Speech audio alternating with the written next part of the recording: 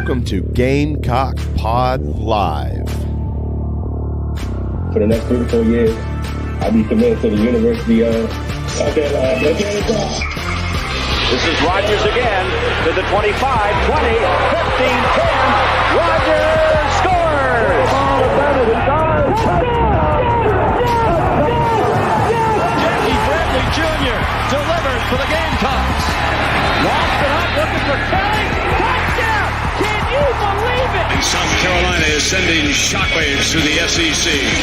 Frederick lays it in at the buzzer. That's a win! Unbelievable! I don't believe it! And now, live from Studio 54 of the Gamecock Pod Studios, here's the Cockfather himself, Keith Alsep.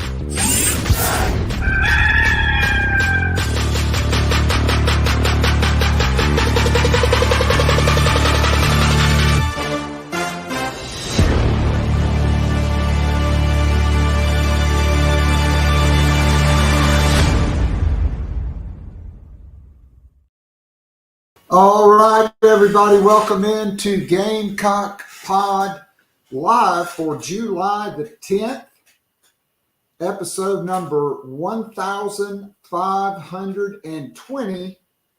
Go ahead and jump into Nana's Porch chat box. We've already had some early activity there. Get your recruiting questions in for Hale McGranahan of the Big Spur, who will be joining us in just a few minutes. But let's get to our Nana's Porch news, notes, and headlines brought to you by the award-winning full-service catering company servicing the greater Charlotte, Rock Hill, Fort Mill, Lancaster area. Nana's Porch, your go-to for all your catering needs. Whether it's a banquet, a wedding, a corporate event, or the big backyard bash with the whole hog barbecue, Nana's Porch has got you covered. If you have an event that requires a food trailer, Nana's Porch voted among the top 3 food trailers in Charlotte by the local newspaper. So you know it's good. And as we all know, the award-winning pimento cheese voted both number 1 and number 2 in the meat and cheese category by the North Carolina Specialty Foods Association. It is delicious. So go to nanasporch.com. That's NANASPORCH.com.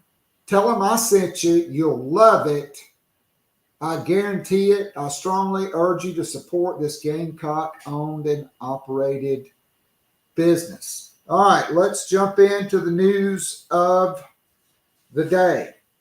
All right, Monday evening, South Carolina officially announced the hire of Darren Usher as the Director of Player Personnel for football. He replaces Taylor Edwards. We'll get Hale's opinion on him. Usher is a 2009 USC graduate.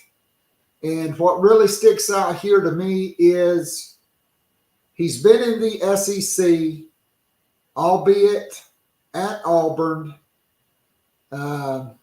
He came from Boise State. Okay. Auburn had 2 top 20 ranked recruiting classes, but you know, the Yellowwood guy was just not feeling the Boise coach. And so they turned the faucet off. They got Hugh Freeze in. They've turned the faucet back on.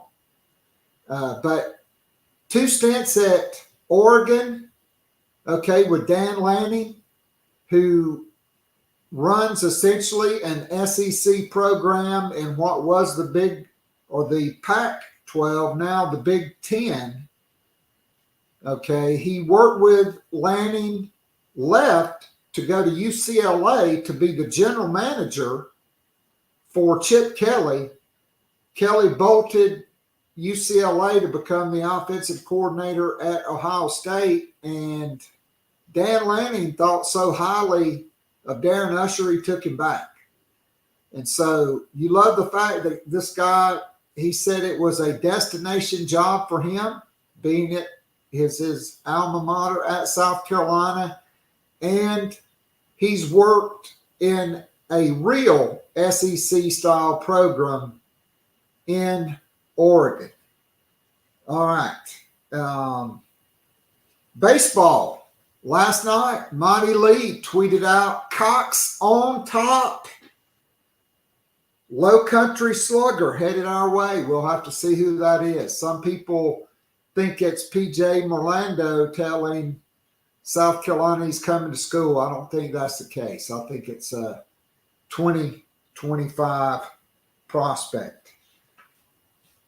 Yesterday, Gamecock freshman wide receiver Mazio Bennett named as one of the top 10 freshman wide receivers to watch this year in the nation, according to CBSSports.com. I think Bennett was number 4 on the list.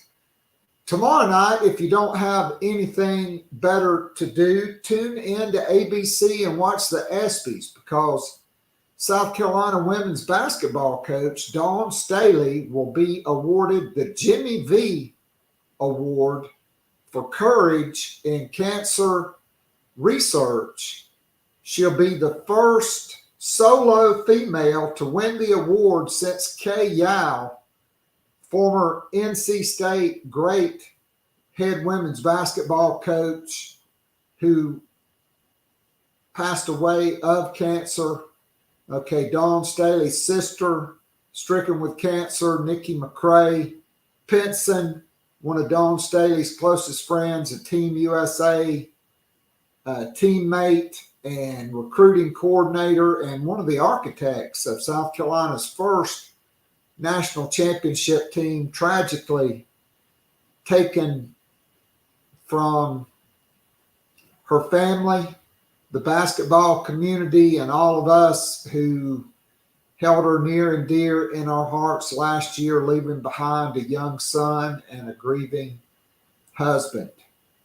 And so Dawn Staley has put in a lot of work raising money for cancer research, and she will receive the Jimmy V Award tomorrow night on ESPN or ABC on the ESPYs.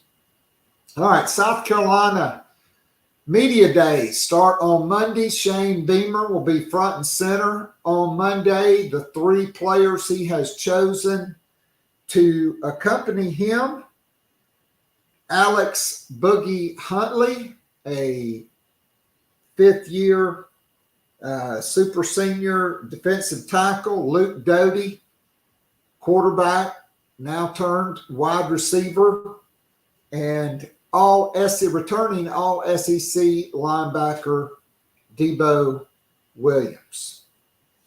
All right. So if you're not a subscriber, hit the subscribe button. You'll get all the notifications of who's going to be on the show when it's happening. We are moving the show to Wednesday mornings due to my work schedule. But if you would like more of this podcast every single day, Monday through Friday, okay, join us on Gamecock Pod Daily. All right. You can hit me up on Twitter. Follow the link. Okay. You can search for at Gamecock Pod Daily. You can follow the show, Gamecock Pod, at Gamecock Pod. Check out the top of the homepage. Click the link. You can sign up. Sign up now for an annual VIP subscription. You get almost 3 months free, and you'll get great guests every week, like Mike Uva from Gamecock Central, Hale McGranahan, John Whittle, Alex Jones of the Big Spur, Michael W. Bratton, the host of That SEC podcast, and 24/7 Sports National College Football analyst Brad Crawford, and many, many more. In addition to Monday through Friday, You get our most popular shows, the Garnet and Black Town Hall, which is a live interactive Zoom call every Tuesday night at 7 o'clock. That usually lasts an hour.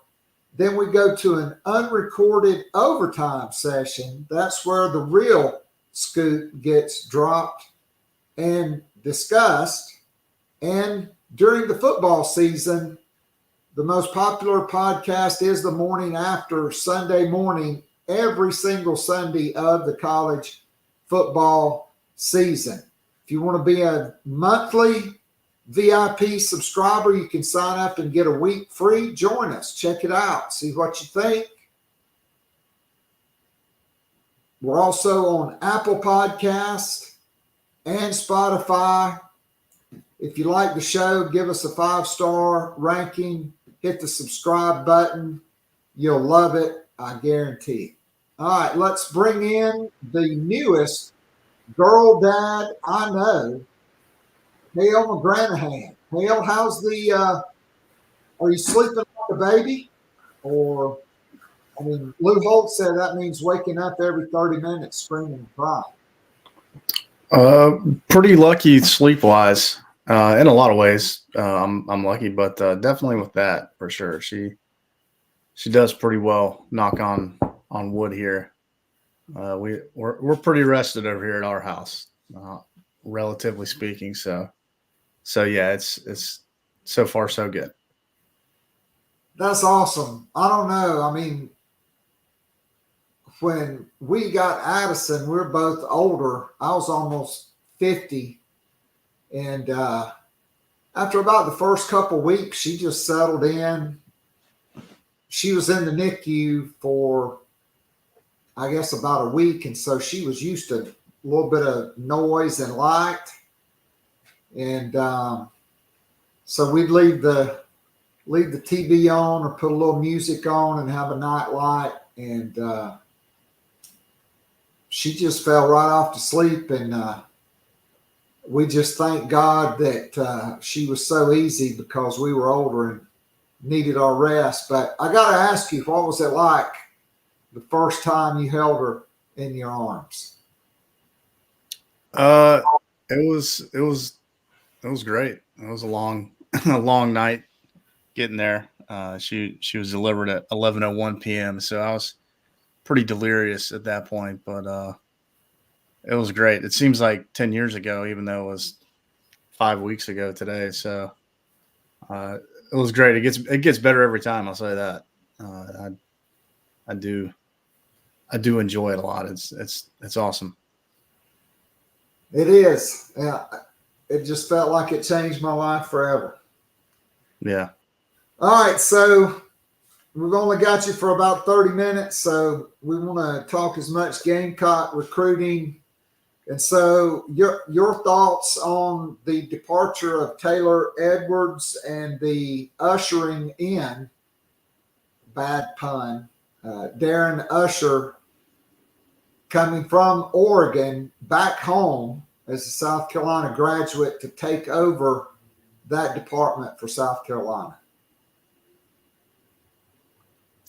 Yeah, it's been kind of a whirlwind of a week. I started back working on July the 1st, and the news about Taylor Edwards broke. JC broke that maybe on the 2nd or the 3rd. I can't remember exactly which days. So I was just jumping back into the pool and trying to figure out how to swim again. Then that happened. So it was pretty crazy there. And yeah,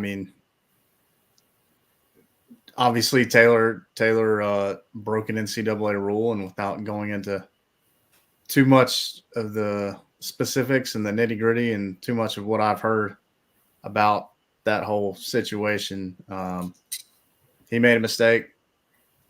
You can say what you want about the NCAA and their rules and all the stuff that seems to get overlooked by that organization when it comes to recruiting these days, but not a whole lot that can be done about it other than talk about it. So it's unfortunate that South Carolina had to make a change like that, like at that position. I guess if there was a good time to do it, for lack of a better word, the middle of a dead period in July when nobody's really doing a whole lot of recruiting, I guess that's the time. I mean, you got a lot of your pieces in place for your current recruiting class, and you got a little bit of time to get the hire figured out for that final week of this month when things open back up and recruits can visit again. And Carolina's got a couple things going on. So yeah, and comes Darren Usher, Carolina grad, like you said, Keith, who's got a nice looking resume. I mean, Boise State and working with Brian Harsin for maybe 8 years or so there before they went to Auburn for a couple years. And granted that tenure at Auburn didn't go very well at all. And I think maybe some of that's more a product of Auburn wanting to fire Brian Harsin faster than they to hire him. So that staff, Darren Usher included, was pretty handcuffed, I would say. And I don't think there's really any debating that. It was that whole deal. I think most folks who pay attention to college football remember maybe some of the general things that happened during that time. And it was a mess from start to finish. And so, yeah, Usher, of course, goes to Oregon. He gets hired by Chip Kelly, of course, to be the general manager at UCLA. Then, I don't know, 4 weeks later, Chip Kelly leaves UCLA and goes to Ohio State as the offensive coordinator, and Usher returns to Oregon. As far as what Usher did at Oregon, he wasn't the head guy for their player personnel department. I think maybe some folks have maybe misunderstood what he did there, and I'm not 100% sure on what his title was or what all he did for his job there, but it was certainly in the recruiting and player personnel department, which he's now heading up at Carolina, and he's obviously been the head of one of those departments before in the SEC. So yeah, he's got a resume and seems to connect well with recruits, which obviously is a big part of it all. But the talent evaluation aspect of it too is very important as well. And honestly, that's something that I don't know a whole lot about his background and how he is that way. So I guess we'll be learning all at the same time all together here as he gets going at Carolina, how that looks. But, on paper, Keith, it looks like a pretty good hire. And I guess we're about to see what this guy's made of for real. We'll see. So my commentary, and I'm not going to put you in a precarious position, but I think if he was at Georgia and did that, he would still be on the job. That's just my take on it. All right. So really the burning question, Hale, which top 5 recruit out of Jazzy Davidson, Divine Barrage, and A-Got Maker is Dawn Staley most likely to sign in the fall? Probably all of them, I guess. I don't know. I'll go with all of them, all the above. All of them. I like it. Is that pick C? I'll pick C, like John Boy and Billy. Pick C. I like it.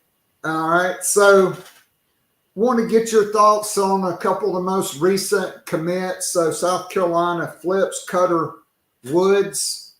I know you were probably not at the 7-on-7 because that was in June. I'm sure you've watched film. I don't know if you were at the state championship game or not, but your thoughts on Cutter Woods, 6'3", 210 out of Westside High School, now the quarterback in the 2025 class for the Gamecocks. I think he and Ryan Montgomery are pretty similar as far as what they are as players and prospects, accurate passers, about the same size. They're not quote-unquote dual threats by any means, but they're certainly not statues back there in the pocket. They can both move and make plays with their legs. throw a little bit on the move, off platform, so to speak. So I think he's a nice get for South Carolina, considering especially where they were and having to hit the reset button in April or whenever it was that Montgomery committed to Georgia. I think they being Dow Loggins, Shane Beamer, South Carolina, they were able to operate the way they did with the 2025 quarterback recruiting, because they probably felt like they had Cutter Woods in their back pocket the whole time. He came to camp in summer of 2023, and I think it was that first session that he was there throwing, Cutter was, and Loggins really liked him, and they sort of stayed in touch along the way. Cutter came to, I think, the Mississippi State game last season, then the Clemson game as well. So it's not like things were just radio silent between the two parties. So they were able to flip him from Wake Forest, which you should be able to do if you're South Carolina for a kid who's in state. And, they can move forward and I guess try to figure things out again at 2026 the 2026 quarterback, since Landon Duckworth decommitted. But I like the pickup for Carolina there in 25. I mean, for folks who thought Ryan Montgomery was definitely a good answer there, I think you probably have to feel close, if not the exact same way, about Cutter Woods, because to me they look awfully similar as quarterbacks. I agree. I like he's in state. That last game usually means a lot. And Zach Pickens had some of his best games against the upstate school. He always showed up. So, all right. So the latest public commitment, linebacker Jaden Breaker from South Gwinnett, 6'3", about 215, ran 4.52 at Georgia's camp. And hell, I've watched film on all these guys, and to me, he profiles as a true, probably like a Will or Sam outside backer, because he actually plays linebacker in high school. And so you get to see him play in space, but really quick, explosive guy. And I really like the pickup. Your thoughts? Yeah, he's about 6'3", 6'3.5", 212 pounds. Like you said, he ran in the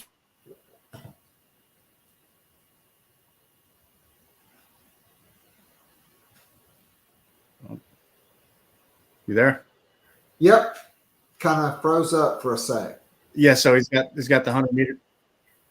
Yeah, so Breakers, I think he ran like an 11.12 in the 100-meter this spring, and at 6'3", 212 pounds, that's moving. He's got good arm length, wingspan. I can't remember the exact numbers on those, but they're good, and I think he's a good player on tape who to me, he's rated as an 88 on 24/7 right now. I can't remember if it was April or May. There were several guys who got ratings around the same time this spring who South Carolina's got committed or sent on. And so he got his first rating as an 88, and that's 2 points away from being a 4-star. Got to be a 90 to be a 4-star on 24/7. And he's right there. So you take those measurables, times height, weight, arm length, add it up with the tape. I think he's going to probably have another good senior season coming up. And to me, is a guy who could be in line for a recruiting ratings bump before it's all said and done. I think he's a good player. I think he's a 4-star type of guy. That's what I'm trying to say. Yeah, I like him a lot. All right, so quickly, any timeline for the Sunday welcome home? Is it going to be like late July or August, or? Not that I'm aware of, Keith. I don't know of a timeline there. I haven't been told anything specifically about that just yet. All right, so Where does Carolina go at cornerback after Shamari Earls commits to Georgia, which we've known was going to happen for some time? And then they just offered Georgia Caleb Williams. How big of a threat have you been able to surmise since that offer is Georgia with defensive lineman Caleb Williams? Yeah, for your first question at cornerback, I really don't know. I think DeMarcus Leach, who's currently committed, obviously, and we've got him as a safety on 24/7. I think he might be able to play cornerback in college. I've made the comparison before to Darius Rush, who obviously was a multi-year starter at corner for Carolina. So I think you got him on board already. But as far as replacing Earls, I don't really have any names. I think maybe that could be one of those deals that Carolina's sort of in the process of figuring out right now. So we'll see. Does South Carolina have as far as any? Caleb Williams? My bad. Go ahead. I was just going to say, as far as Caleb Williams in Georgia, I would say Georgia's going to be a threat for just about anybody, but I'm sure there are others who are involved with him as well, not just them. I think it's he's a really good defensive tackle, so folks are going to keep coming after him as long as he's allowing them to. And he took the official visit to Virginia Tech in June before he came back down to Columbia, so I think it's certainly going to be one we're going to have to keep an eye on, whether it's Georgia or Tech or someone else. But what were you about to ask, Keith? I was just going to ask, does Carolina have any traction at all with the Onus Conan Bonnie, the kid from England who's at Heathwood Hall? Yeah, I slipped my mind. I think there's a little bit, but he seems to like a lot of folks, a lot of teams. He enjoys the recruiting process for sure. So I don't know if there's traction, quote unquote, but he did visit a couple times in June and made it over to the facility. He came to a couple spring practices. So at the very least, I think yes, maybe to answer that question specifically, Keith, I think there's a little bit. How much? I don't know. But I also think he's probably a little bit little ways away from really locking things down as far as where he's committed and where he's going to sign. I mean, that's the type of guy, to me, just generally speaking, who, if he really enjoys the recruiting process, he's probably going to be open to being recruited by other folks, even if he does commit somewhere. So yeah, I guess I should have mentioned him. Going back to your question about other guys for Carolina at cornerback, I would definitely put him in that category. So excuse me for neglecting to mention his name. No apologies needed, my friend. All right, so tomorrow at 3 p.m., Lex Cyrus from Harrisburg, Pennsylvania, same hometown as Tyshawn Russell, 5'10", 170, and a 10, 400 meters guy. He will make his public announcement. And then you got another really fast wide receiver at Rock Hill, Malik Clark, who I think's 6'2", 180 plus, and ran 10 in the 10.5s at the state track meet. I mean, what are the odds for South Carolina as we sit here on July the 10th that they're able to land one or both? And what are your feelings on these two guys? I think it's going to be tough to get both of them. I think it's probably going to get tough. It's going to be tough to get one of them at this point. I mean, Lex Cyrus is, like you said, from Harrisburg, Pennsylvania, and Penn State's the other finalist for him with South Carolina. And that's an hour and a half away from State College, Pennsylvania. I mean, that would be like I don't know, a kid from Greenville picking Penn State over South Carolina. So yeah, I think Penn State, though I don't know for certain. With Malik Clark, he's for a while. A lot of folks have thought North Carolina's been the team to beat, and they probably have been. South Carolina's firmly been in the mix, but I don't know if things have changed, and if things have changed as far as him coming off that, lean towards North Carolina. I'm a little weary of Florida State and where they're at. So yeah, tough sledding for South Carolina still at receiver recruiting. But I'm certainly not sitting here saying that it's a done deal with either of those two guys. But just kind of my feel and what I've heard a little bit behind the scenes, I don't necessarily feel great about where Carolina stands with both those guys. Yeah, I mean, having 3 wide receiver coaches in a 4-month period probably didn't help very much either. Well, they should have offered Malik Clark a whole lot earlier than they did. I don't know who the holdup was, why they waited so long, but he was a 100-meter finalist as a sophomore and ran a good time. Had some pretty good sophomore tape, and you watch his junior highlights, and those were really good too. I mean, for the longest time, it seemed like Torian Gray was the coach who wanted the most at South Carolina, and it wasn't until James Coley got in and he offered Malik, and I guess it was January. Then turned around and left for Georgia a couple weeks later. So yeah, to your point, it probably doesn't help that there was been so much turnover at that spot, but to me, it certainly didn't help that South Carolina waited so long, because they probably could have created a little bit of separation from some folks had they been a little more willing to offer sooner. No doubt. So obviously, interior defensive line recruiting from the high school ranks has been an issue the past several years. Jimmy Lindsey's last class, or I guess 2 classes, all those, because there was only one high school guy, the kid from Camden, he bailed out.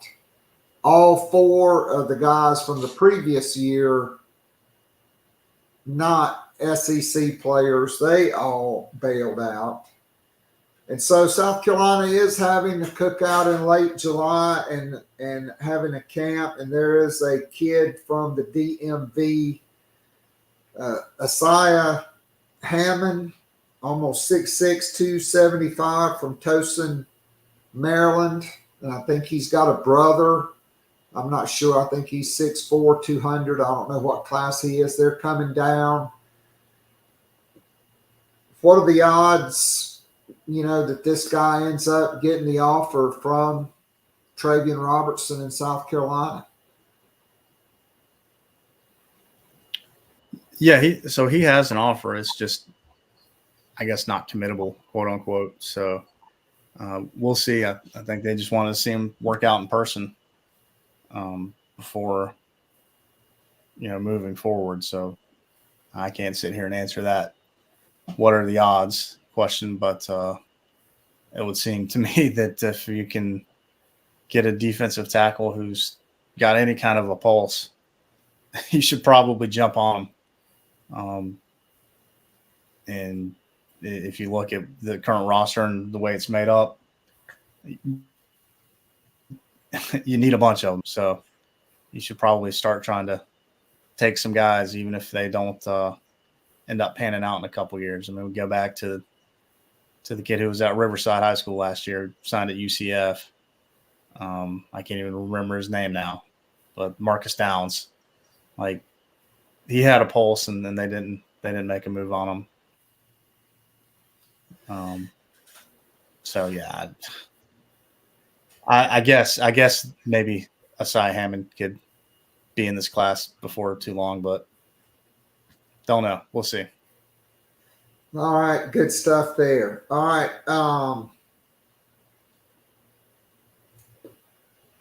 let's do a few rapid fire.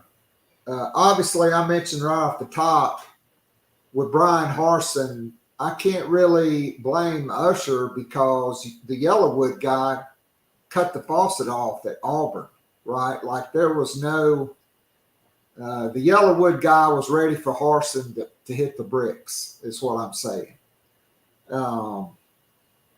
But at any rate, let's go with a few rapid fire here.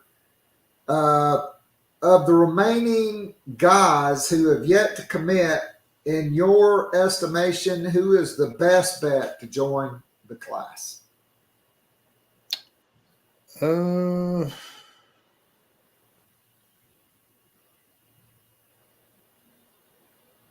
That's a tough question. Jalen Gilchrist, maybe. I'm not sure. I like that. I was going to ask you about him. My bet is Donovan Darden from Havelock, another guy I really like a lot on tape. Okay, how about the guy that could shock the world, so to speak? You see all the kids put that out on Twitter, but a guy that would kind of be surprising, really surprising if South Carolina did land it. A surprise get for South Carolina? I mean, not somebody that we don't know about, but just maybe a high-profile guy that. Yeah.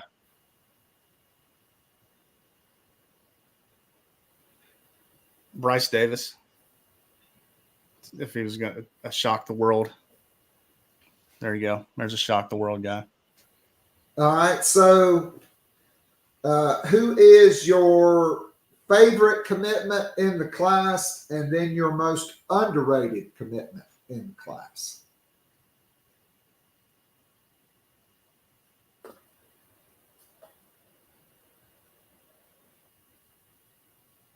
What's up? Sorry. So who do you like the most that's committed in the class, kind of your favorite commitment in the class, and then the most underrated guy, in your opinion, that's in the class? Yeah, the most underrated is DeMarcus Leach. He's rated as, I think, an 87 on 24/7, so he's a 3-star. I think he's a 4-star. Definitely, to me, is the most underrated. My favorite in the class would be, I like Preston Douglas's tape a lot. He's a good football player. I would call him the football player of the class. He's not, he's 6'2 and a half, 220 pounds. I don't know what kind of measurables he's got as far as athleticism. So I would put him up there as one of my favorites, in part because I really like his tape on defense. I think he's really good as like an outside linebacker, defensive end, but he wants to play tight end. He's pretty good tight end too. Like he's a good pass catcher. Seems like he runs fairly well, but again, I don't know his measurables. Jaquel Holman, I guess, would probably be another one. Yeah, he just got bumped up to 4 stars. As one of my favorites, Jaquel Holman.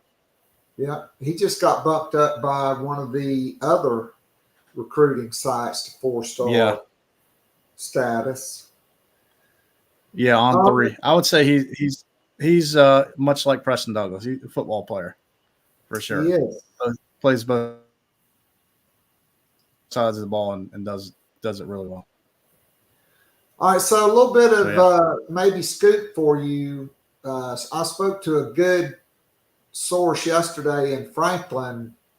Jaden Franklin is planning on making the trip for the camp and the cookout in late July. There you go. So our Texas correspondent, Keith Alsep. That's right. Put him on the board. Also, there's going to be a kind of under the radar cornerback nickel safety from Franklin, who will be on that visit with him. All right, so Okay. let's go down to some of the big fish on the board here to wrap it up. So you like Jalen Gilchrist to join the class. I do as well. Is there any thought to when this Kendall Daniels announcement is going to come? It was supposed to be in April. Then it doesn't happen. Then after the June 21st weekend visit to South Carolina, it was soon. Do we have any idea what his definition of soon is? No, we don't. Not a clue. All right, so how about junior college defensive lineman Xavier Hardy, who's currently rated the #1 JUCO lineman and the #1 junior college player? How do you like South Carolina's chances with him, and what's his timetable? I think they're pretty decent, but he's gotten a bunch of offers here since he's been in junior college, and I don't think he's in a big rush to make a decision. It'll probably be in the fall, if not right up to signing day. I could see him potentially taking this thing all the way till mid-December. Yeah, that's not very reassuring for Gamecocks that are worried about the defensive line. All right, so 5-star defensive end Jared Smith from Alabaster, Alabama. Alex Jones had a VIP note on him. If you're not already a subscriber to the Big Spur, you ought to sign up for a yearly subscription, but that's a pretty good note there. I kind of like the stronger, longer, but you can never count Auburn out, especially now that Hugh Freeze is at Auburn. What's your take on Jared Smith? Yeah, Carolina's been in a strong spot for a while now. But like I said, I guess it was in April or May. Steve Wilfong was still with 24/7, and he issued a crystal ball for Smith to Carolina. And I posted on the site that he was going to take his official visits before deciding, and that it wasn't really anywhere close to being done. And yeah, here we are. He's taken 5 or 6 official visits over in Southern Cal, I think Georgia. So yeah, I think Carolina's still in a strong spot, but we'll see. He's potentially got a decision to make about later this month where he's going to go for that end of July cookout season visit that a lot of schools do. Auburn has their Big Cat Weekend is what they've called it for years. He could end up there for that visit. Maybe he comes to Carolina, maybe goes somewhere else. So we'll see. He's mentioned before August as this potential timeline. So still a little ways to go before we see how that's resolved. All right, so what in the world's going on with Mike Tyler, the tight end from Hammond? He was scheduled to visit South Carolina. Then he said he wasn't hearing much from them. What are the odds he ends up in the class at this point?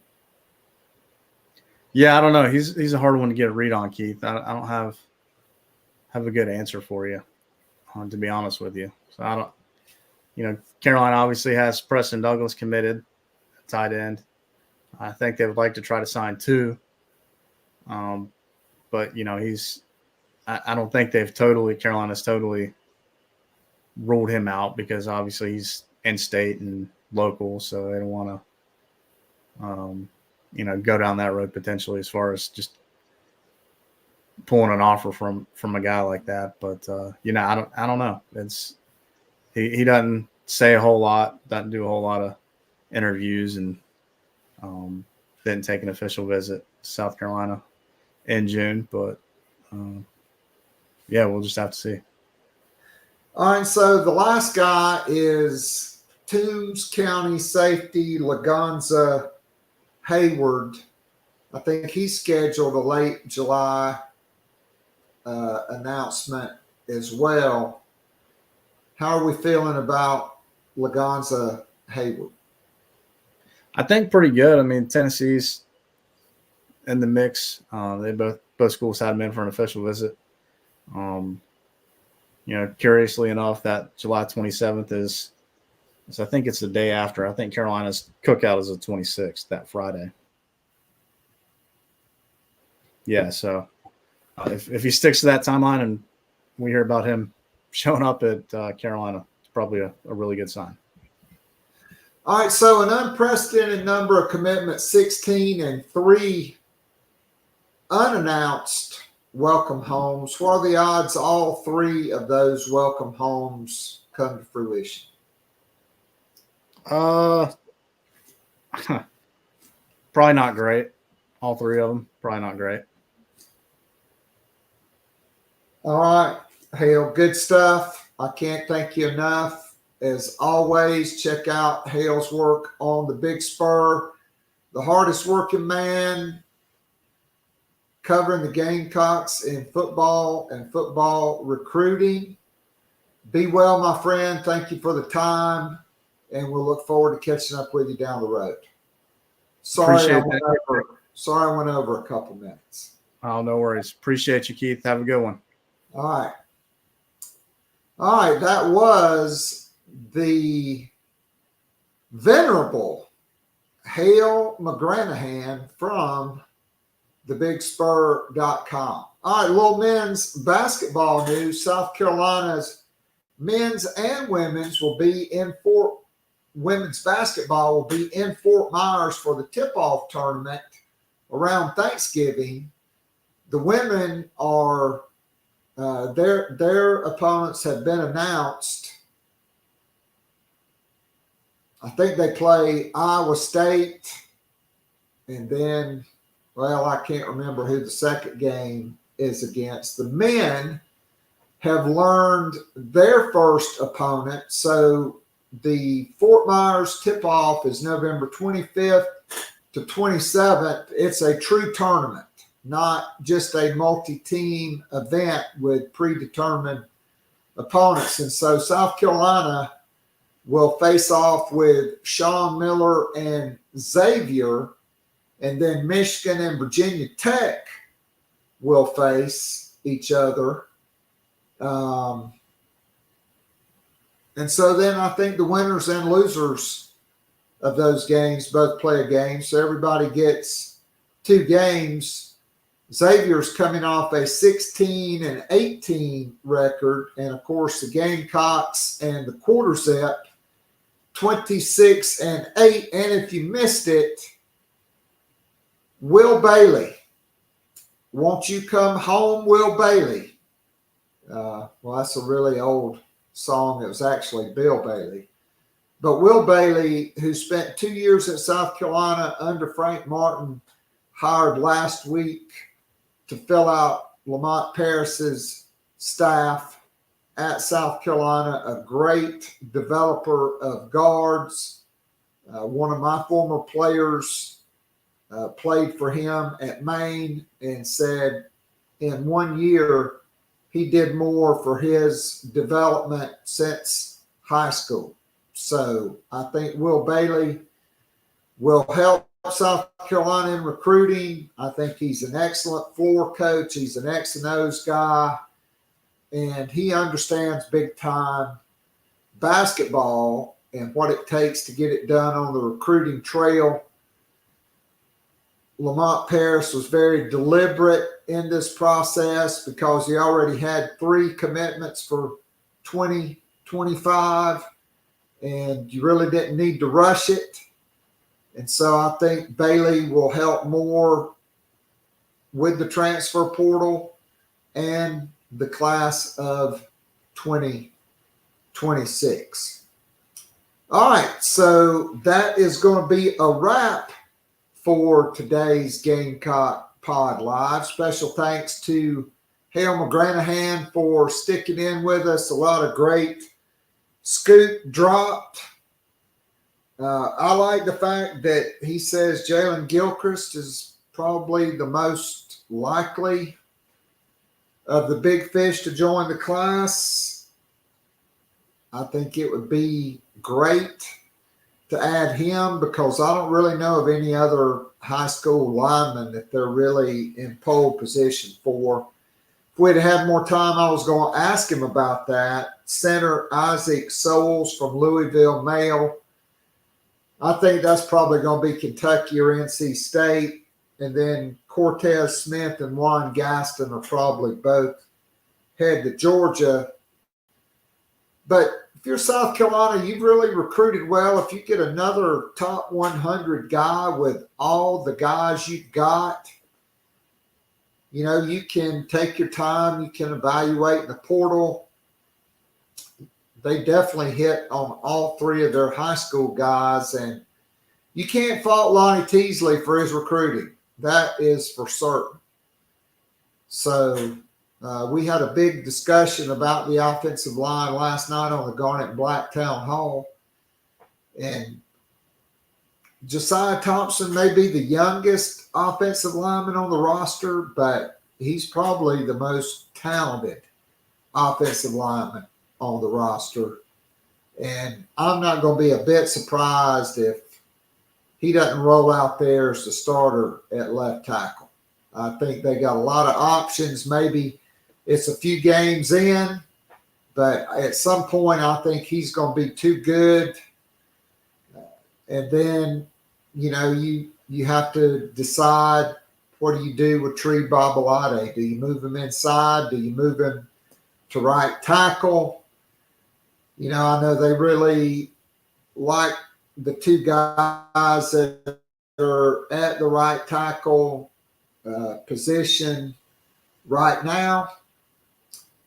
You know, Aaron Parks, I thought, did a really nice job in the spring, acquitting himself at right tackle. But the guy who was going to be your starter last year and did start the North Carolina game and then injured, Kason Henry, is finally healthy. And you got a slew of guys on the interior.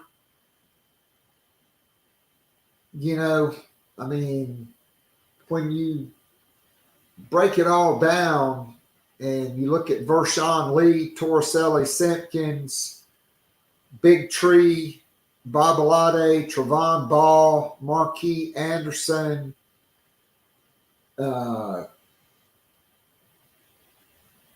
know, Gilbert Edmond. I'm sorry, not Gilbert Edmond. Ja'Kai Moore is back for his 6th year, and he's healthy. He could play guard or tackle. Jatavius Shivers is a very talented guy. You know, Cam Pringle has reshaped his body. You know, I've been told, you know, Blake Franks has dropped a lot of weight as well. Ryan Brubaker had an excellent spring. I mean, they have a lot of dudes and guys that have multiple years in the program. You know, Kamar Bell, I think you got to like him at guard or setter as well. So South Carolina certainly, you know what? They better have a big year on the offensive line because you brought in Rocket Sanders, who, quite frankly, is the most physically gifted running back at South Carolina when you look at height, weight, power, speed. since a guy that won the Heisman Trophy when I was 16 years old named George Rogers. Okay. I mean, he's literally that kind of guy.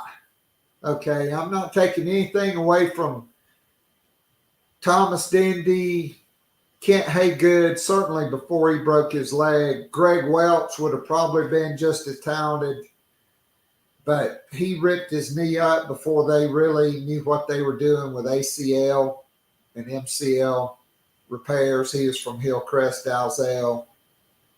Harold Green, Mike Dingle, Brandon Bennett, and look, I'm not taking anything away from Marcus Lattimore. Certainly the injuries played a role, but Brad Lawing told me on his best day before he was injured, Marcus was a 4.7 guy.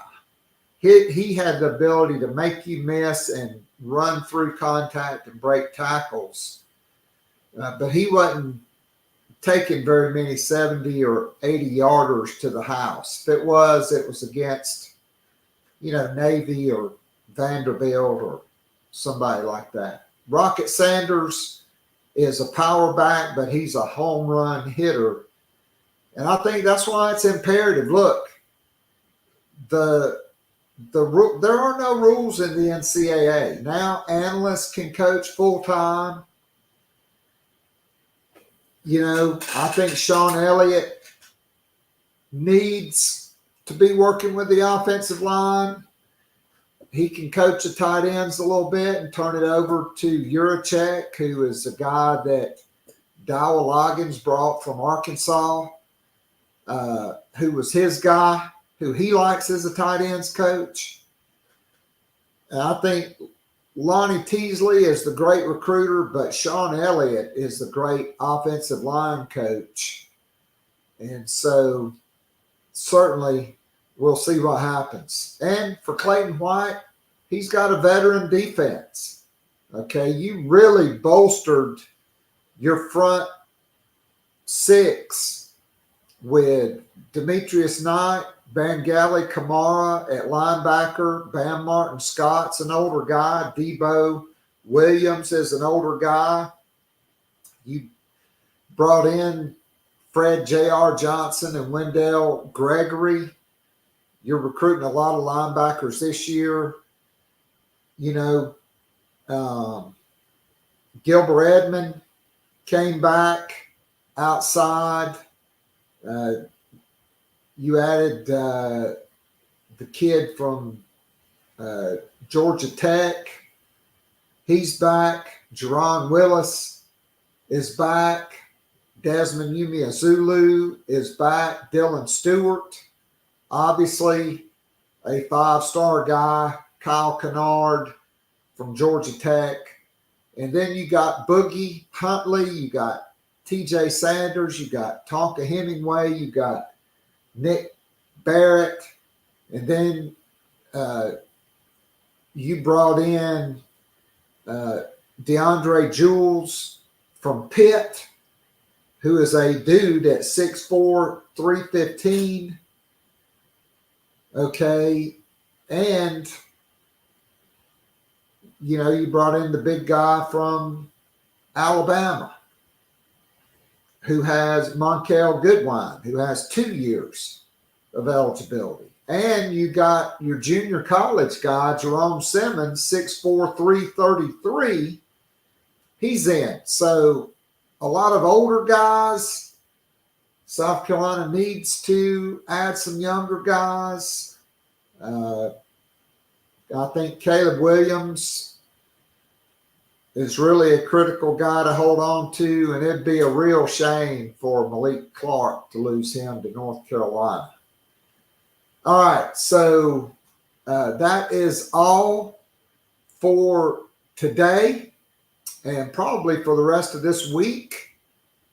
We did have the Garnet and Black Town Hall last night. We had a pod on Monday. If a commitment breaks, we'll have a reaction podcast. SEC Media Days start on Monday. Shane Beamer will be there along with Boogie Huntley, Luke Doty, and Debo Williams. So until next week or breaking news happens, this has been episode number 1520, Gamecock Pod Live. Again, hit the like button, hit the subscribe button. If you're listening on Spotify or Apple Podcasts, do the same. If you like us, give us a 5-star review.